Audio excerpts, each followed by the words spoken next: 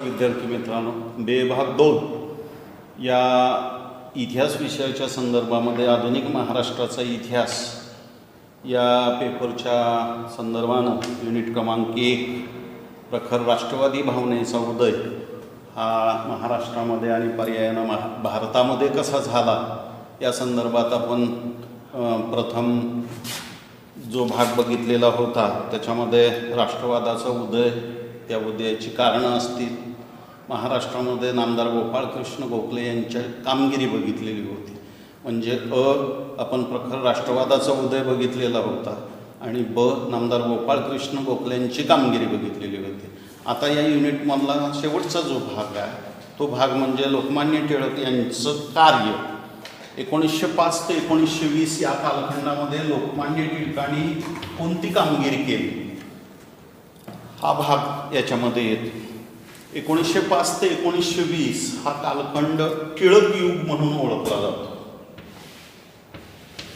भारतीय स्वातंत्र्य चळवळीच्या कालखंडामध्ये विद्यार्थी मित्रांनो आपण जर बघितलं तर 3 युग आढळतील तुम्हाला. एक मवाळांचं युग आढळतं, दुसरं युग जर बघितलं तर ते क्रांतिकारकांचं आढळतं आणि तिसरं युग जर तुम्ही बघितलं तर सत्य, अहिंसा, शांतता या 3 तत्वावर चालणारं महात्मा गांधीजींचं युग तुम्हाला आढळून येईल. या 3 युगामुळंच 1947मध्ये भारताला स्वातंत्र्य मिळालं.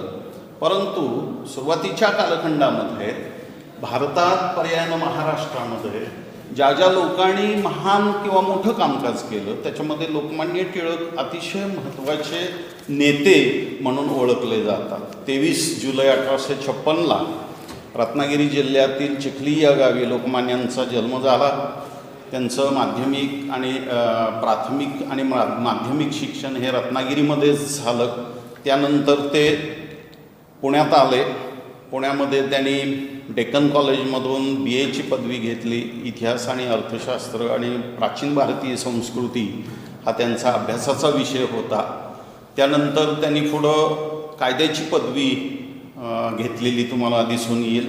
ही पदवी 1879ला त्यांनी घेतली आणि 1880पासून त्यांनी वकिलीचा व्यवसाय पुण्यासारख्या शहरामध्ये केला. वकिलीच्या निमित्तानं त्यांच्याकडं पुणे, सातारा या परिसरातील अनेक लोक विविध खटले घेऊन येत असत आणि यातूनच लोकांच्या आर्थिक परिस्थितीची जाणीव टिळकांना वकिलीचा व्यवसाय करत असताना झालेली होती. भारतीय पारतंत्र्याचा विचार करत असताना लोकमान्यांनी पुणे आणि पुणे परिसरातील जी काही मवाळ मंडळी होती त्यावेळची, न्यायमूर्ती तेलंग असतील, डॉक्टर भांडारकर असतील, त्याचबरोबर रानडे असतील, यासारख्या लोकांच्याबरोबर हळूहळू राजकीय क्षेत्रामध्ये कामकाज सुरू केलेलं होतं. म्हणजे राष्ट्रीय काँग्रेसमध्ये लोकमान्य टिळकांचं योगदान होतं. मवाळांचं 1885 ते 1905 या कालखंडामध्ये वर्चस्व असलं तरी पुढं जो 1905 आणि ते 20 हा कालखंड टिळक युग म्हणूनच ओळखला जातो. नामदार गोपाळकृष्ण गोखले, न्यायमूर्ती रानडे यासारख्या लोकांचा नैसर्गिक मृत्यू झाल्यानंतर राष्ट्रीय सभेचं नेतृत्व बनारसच्या अधिवेशनाच्या माध्यमातून लोकमान्य टिळकांच्याकडे आलेलं तुम्हाला दिसून येईल. आणि त्यानंतर त्यांनी 1905 ते 1920 या कालखंडामध्ये चतुर्सूत्रीचा प्रसार केला. कोणती होती चतुर्सूत्री? तर त्याच्यामध्ये पहिला भाग होता प्रखर राष्ट्रीयत्व. प्रखर त्याला तुम्ही देशप्रेम म्हटलं तरी चालू शकेल. याला नॅरो नॅशनलिझम असं म्हटलं जातं. प्रखर देशप्रेम. त्यानंतर दुसरा भाग होता स्वातंत्र्याचा. दुसरा भाग स्वातंत्र्य. भारतासारख्या देशाला स्वातंत्र्य मिळालं पाहिजे. मग हे स्वातंत्र्य साम्राज्यांतर्गत स्वातंत्र्य असावं, वसाहतीचं स्वातंत्र्य असावं, असा अट्टहास त्यांनी लोकमान्य टिळकांनी ब्रिटिश सरकारकडं मागितलेला होता. अर्ज केलेले होते, विनंत्या केलेल्या होत्या. म्हणजे त्याला साम्राज्यांतर्गत वसाहतीचं स्वातंत्र्य असं म्हटलं जातं. तिसरा भाग येत होता राष्ट्रीय शिक्षण.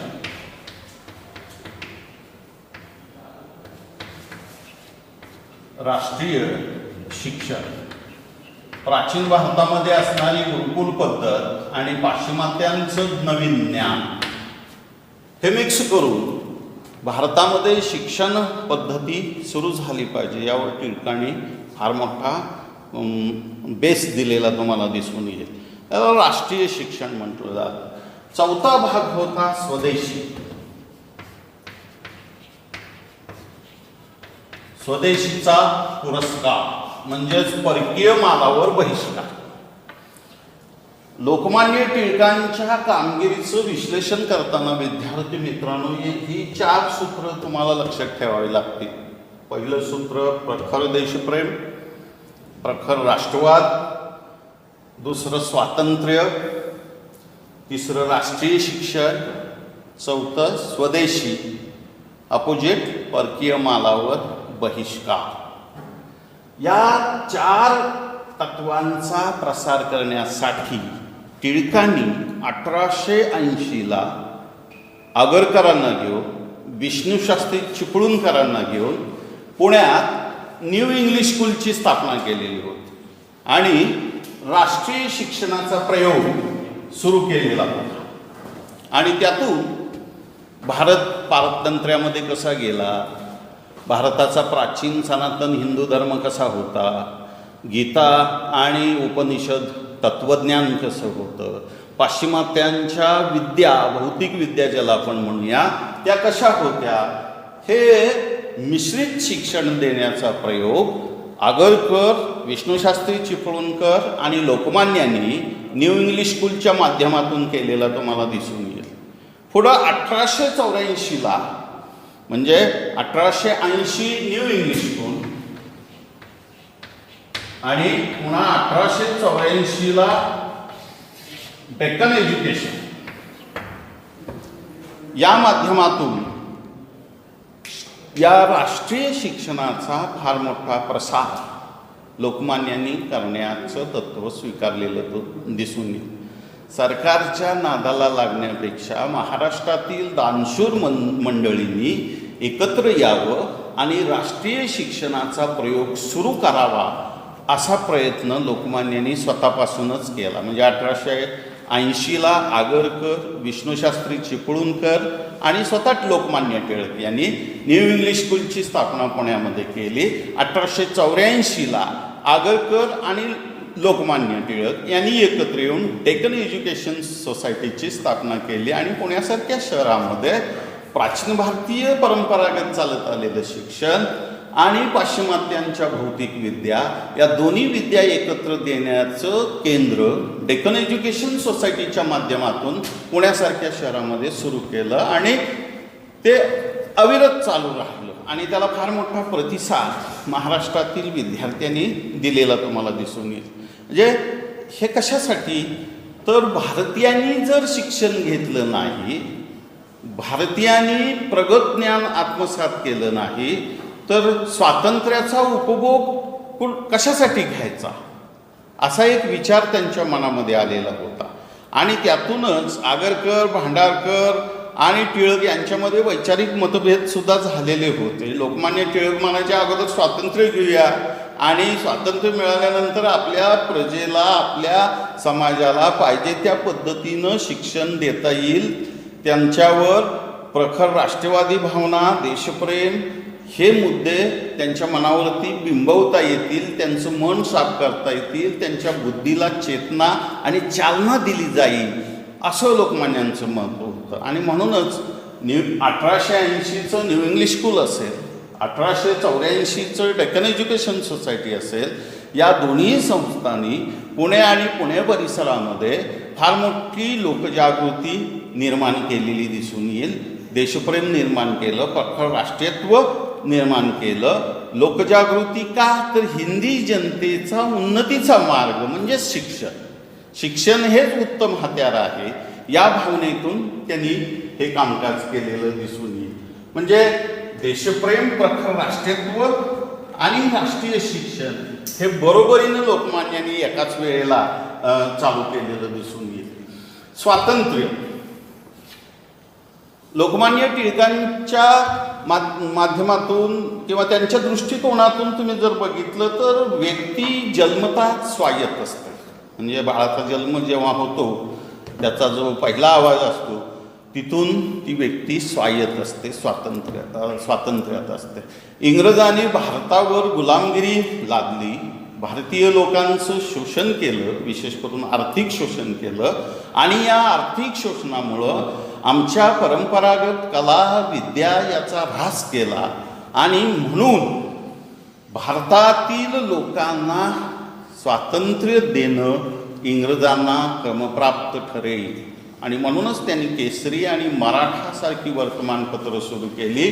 सरकारचं डोकं ठिकाणावर आहे काय, लोकशाही कशाला म्हणतात, देशप्रेम म्हणजे काय, प्रखर राष्ट्रवाद म्हणजे काय, खरा धर्म का कोणता आहे, स्वधर्म स्वाभिमान हे निर्माण करण्याचं कामकाज आणि त्याचा प्रसार करण्याचं कामकाज केसरी आणि मराठा या 2 वर्तमानपत्रातून लोकमान्यांनी फार मोठ्या ताकदीनं, ज्याला आपण म्हणूया त्या ताकदीनं त्याचा प्रसार केलेला तुम्हाला दिसून येईल. 1894ला त्यांनी महाराष्ट्रात गणेश उत्सवाची सुरुवात केली आणि 1895ला शिवजयंतीसारखा उत्सव सुरू केलेला तुम्हाला दिसून येईल. म्हणजे 1894ला आणि लगेच 1895ला हे जे धार्मिक उत्सव त्यांनी सुरू केले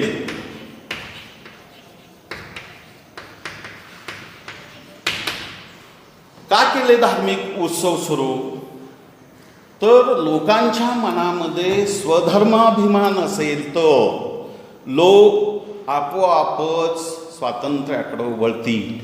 या भावनेतून 1894ला पहिल्यांदा गणेश उत्सव आणि 1895ला शिवजयंती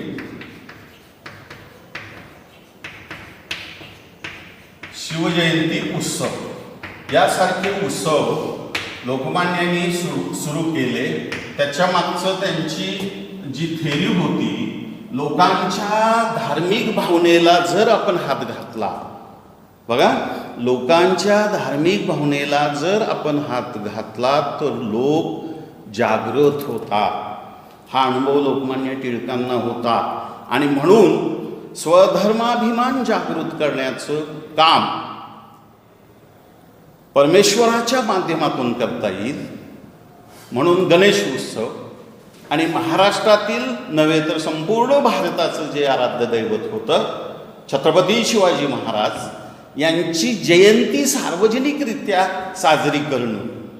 उद्देश काय होता बघा, त्यांनी केसरीमधून एक लेख लिहिलेला होता, त्याच्यामधून त्यांनी स्पष्ट केलेलं आहे की या 2 उत्सवाच्या माध्यमातून भारतातील महाराष्ट्रातील तरुण एका व्यासपीठावर येतील, त्यांच्यामध्ये विचाराची देवाणघेवाण होईल आणि या देवाणघेवाणीतून प्रखर राष्ट्रवादी भावना तयार करता येईल, धार्मिक भावनेलाच परिवर्तित करता येईल. कशात?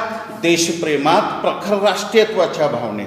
आणि एकदा का तरुणांमध्ये प्रखर राष्ट्रीयत्वाची भावना जर निर्माण झाली की त्यांचा उपयोग आपणाला स्वातंत्र्य मिळवण्यासाठी करता येईल. या दृष्टिकोनातून लोकमान्यांनी 1894ला गणेश उत्सव आणि 1895ला शिवजयंतीसारखे उत्सव केलेले तुम्हाला दिसून येतील आणि तरुणांना एकत्रित केलं.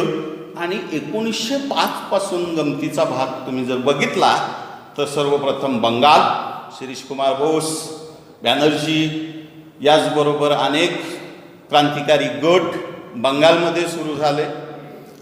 त्यानंतर तेच वारं आपोआप महाराष्ट्रामध्ये आलं. महाराष्ट्राच्या अनेक भागामध्ये नाशिक, पुणे, सांगली, कोल्हापूर यासारख्या भागामध्ये अनेक क्रांतिकारी गट निर्माण झाले आणि महाराष्ट्रातील हे वारं पुढं पंजाबमध्ये गेलेलं तुम्हाला दिसून येईल. पंजाबमध्ये सुद्धा अनेक क्रांतिकारी गट अस्तित्वात आले आणि संपूर्ण भारतामध्ये गटाच्या समूहात, टोळ्यांच्या समूहात इंग्रज सरकारच्या विरोधात क्रांतिकारी कृत्य सुरू झाली. बंगाल, महाराष्ट्र आणि पंजाब, संपूर्ण भारतामध्ये आणि काही बाहेर गेलेल्या शिकलेल्या तरुणांनी सुद्धा इंग्लंडसारख्या देशामध्ये जाऊन, जर्मनीसारख्या देशामध्ये जाऊन, आयर्लंडसारख्या देशामध्ये जाऊन भारतीय क्रांतिकारकांना शस्त्र पुरवली, पैसा पुरवला. याचबरोबर अनेक ठिकाणी दारुगोळा उपलब्ध करून देण्याचं कामकाज या तरुणांनी दिलं. त्याच्यामागं प्रेरणा जी होती लाला लजपतराय, बिपिनचंद्र पाल आणि लोकमान्य बाळ गंगाधर टिळक या तिघांची होती, या त्रिमूर्तीची होती. आणि म्हणून 1905 ते 1920 हा जो कालखंड आहे भारतीय स्वातंत्र्य चळवळीतील सोनेरी पान म्हणून ओळखलं जातं, ते म्हणजे टिळक युग आहे. तर 1905 ते 1920 या कालखंडामध्ये लोकमान्यांनी राष्ट्रीय सभेवर एवढं वर्चस्व मिळवलं की हा जहालांचा कालखंड म्हणून ओळखला गेला. म्हणजे काँग्रेसचं व्यासपीठ हे जहालांनी बळकावलं आणि आपला कालखंड गाजवला. संपूर्ण भारतामध्ये इंग्रज सत्तेला जशास तसं उत्तर हे या कालखंडामध्ये दिलं गेलं. आणि म्हणून भारतामध्ये क्रांतिकारी कृत्याची सुरुवात ही लाल बाल पाल या त्रिमूर्तींनी केली आणि 1905 ते 1920 हा कालखंड काँग्रेसचा गाजवला. 1919ला मॉन्टफर्ट सुधारणा कायदा जो झाला, त्या सुधारणा कायद्यानं भारतीयांना बरंचसंच काही दिलं. वसाहतीचं साम्राज्य दिलं. लोकमान्य टिळकांची ती मागणी होती, साम्राज्याअंतर्गत स्वराज्य आम्हाला मिळालंच पाहिजे, आणि ती मागणी मॉन्टफर्ट सुधारणा कायद्यामध्ये मान्य झाली.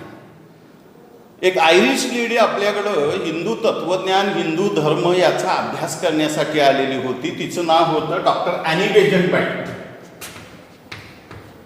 डॉक्टर ॲनी बेझंट या बेझंट पाईंनी भारतामध्ये थिओसॉफिकल सोसायटीची स्थापना केलेली होती.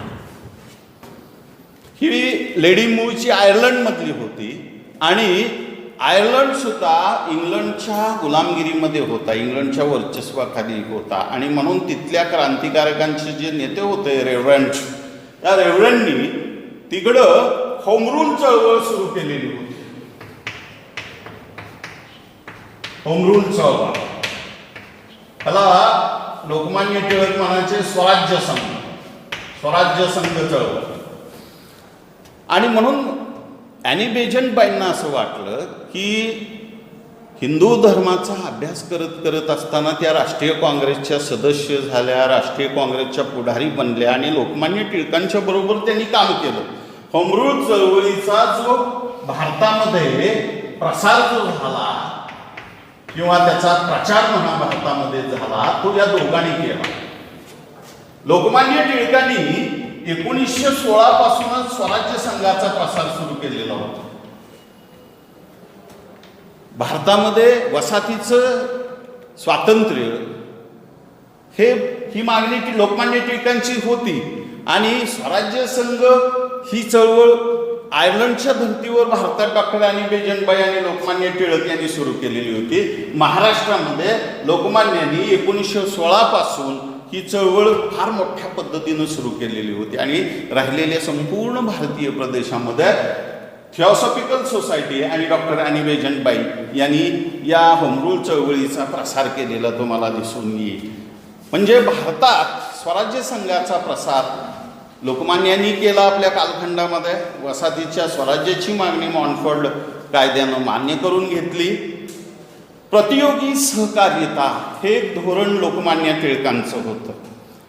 ब्रिटिश सत्तेचं जर प्रशासन कोलॅप्स करायचं असेल तर नोकरशाहीनं विरोध केला पाहिजे, आणि नोकरशाही जर विरोध करत असेल तर आपणही राजकीय लोकांनी सुद्धा इंग्रजांना कोणत्याही पद्धतीचं सहकार्य देता कामा नये, अशी भावना जेव्हा निर्माण झाली तेव्हा प्रशासनावर बहिष्कार टाकण्याचं कामकाज या प्रतियोगी सहकार्यता चळवळीनं केलं. आणि ही चळवळ सुद्धा लोकमान्य टिळकांच्या नेतृत्वाखाली सुरू झालेली तुम्हाला दिसून येईल.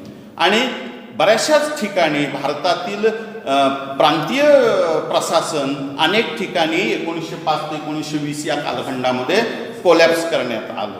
आणि म्हणून भारताच्या स्वातंत्र्य चळवळीच्या इतिहासामध्ये लोकमान्य टिळकांचं जे युग आहे ते सोनेरी युग मानलं जातं. कारण का या कालखंडामध्ये या चतुर्सूत्रीचा प्रसार झाला, प्रखर राष्ट्रीयत्वाची भावना निर्माण झाली, राष्ट्रीय शिक्षणाचा प्रयोग सुरू झाला, स्वातंत्र्याची कन्सेप्ट संकल्पना काय होती हे तरुणांना समजवण्यात आलं. आणि सगळ्यात महत्त्वाचा भाग म्हणजे स्वदेशी म्हणजेच परकीय मालावर बहिष्कार. आता हा चौथ्या मुद्द्याकडे आपण वळूया. स्वदेशी म्हणजे स्वदेशात निर्माण झालेलं उत्पादन कुठलंही असू द्या, हे हिंदी लोकांनी स्वीकारावं आणि परदेशी वस्तूंचा त्याग करावा. स्वदेशीचं धोरण लोकमान्य टिळकांनी राष्ट्रीय काँग्रेसच्या विचारपीठावरून बऱ्याचशाच वेळेला जाहीर केलेलं होतं. प्राचीन भारत, मध्ययुगीन भारत जर आपण बघितला तर पूर्णपणे स्वायत्त होता, पूर्णपणे उत्पादन क्षमताशील भारत होता. इंग्रजांनी जी नीती स्वीकारली इथं भारतामधला कच्च्या मालाचं रूपांतर पक्क्या मालात करायचं आणि तो तयार झालेला माल इथं डम्पिंग करायचा या देशामध्ये, आणि भारतातील कुटीर उद्योग, घरगुती उद्योग, लघु उद्योग मोडून टाकले, भारतीय लोक बेकार झाले, त्या लोकांना उत्पन्नाचं साधन राहिलं नाही, त्याला पर्याय म्हणून स्वदेशी आले. स्वदेशीचे जर लोकांनी 100% स्वदेशी स्वीकारली तर छोटे मोठे उद्योग निर्माण होतील, लोकांना रोजगार मिळेल, लोकांच्या हाताला कामधंदा मिळेल आणि परकीय मालावर बहिष्कार टाकता येईल. या भावनेतूनच स्वदेशी आंदोलन संपूर्ण भारतामध्ये सुरू झालं. उदाहरण द्यायचं झालं तर भारतातून जाणारा लांब धाग्याचा जो कापूस आहे तो शेतकऱ्यांनी पिकवूच नका म्हणून सांगितलं. ब्रिटिश सरकार कमी अगदी अल्प किमतीत हा कापूस न्यायचं, पक्क्या मालात रूपांतर करायचं आणि विक्रीला भारतासारख्या मोठ्या खंडप्राय देशामध्ये तयार झालेला माल अगदी कमीत कमी किमतीत विकून द्यायचा. मग हातमागावर तयार झालेलं कापड जर तुम्ही बघितलं तर त्या कापडाला दीर्घकाळ तयार करायला वेळ लागायचा, त्या माणसाचं श्रम खर्च व्हायचं आणि त्याची किंमत ही जास्त होती. कारखान्यामध्ये तयार झालेलं कापड हे उत्तम प्रकारचं होतं आणि त्याची किंमतही कमी होती. ब्रिटिशांच्या या धोरणामुळं भारतातील उद्योगधंदे बुडाले, भारतीय लोक बेकार झाले. याची परिणिती कशामध्ये झाली तर भारतीय लोक आर्थिकदृष्ट्या कंगाल झाले. यावर उपाय म्हणून स्वदेशी आलं आणि स्वदेशी लोकांनी आत्मसात जर केलं तर मोठ्या पद्धतीनं हिंदी तरुणांना, हिंदी गृहिणींना रोजगार मिळेल. या दृष्टिकोनातून स्वदेशीचा प्रयोग सुरू झाला. महिलांच्या दृष्टिकोनातून पैसा फंड उभा करण्यात आला. काचेच्या बांगड्यांचे कारखाने स्थापन केले गेले, लाखेच्या बांगड्या सुरू करण्यात आल्या, हातमाग आले, चरखे आले आणि कापड विणण्याचे प्रयोग इथं भारतामध्ये सुरू झालेले दिसून येतील. आणि म्हणून या 4 सूत्रीच्या आधारेच लोकमान्यांनी भारतीय राष्ट्रीय काँग्रेसचा 1905 ते 1920चा कालखंड हा गाजवला. एक सोनेरी पान म्हणून लोकमान्य टिळकांचं युग इथं आपणाला सांगता येईल. धन्यवाद.